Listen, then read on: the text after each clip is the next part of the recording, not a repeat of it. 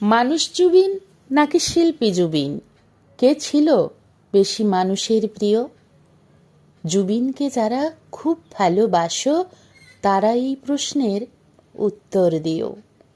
সুমধুর কণ্ঠে মাতিয়ে মঞ্চ যে জুবিন পান করতালি, নাকি সমাজসেবী গরিবের দরদি যাকে জানে আসামের অলিগলি? তিনি শুধু বলতে পারেন যে তিনি একজন মুক্ত সমাজবাদী, যার কোনো ধর্ম নাই, ভগবান নাই, যিনি অন্যায়ের প্রতিবাদী।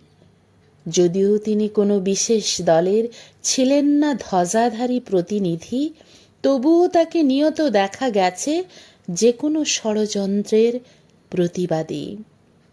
তিনিও চাইতেন পুঁজিবাদ, মজুরি, দাসত্ব ও দরিদ্রতা থেকে মুক্তি।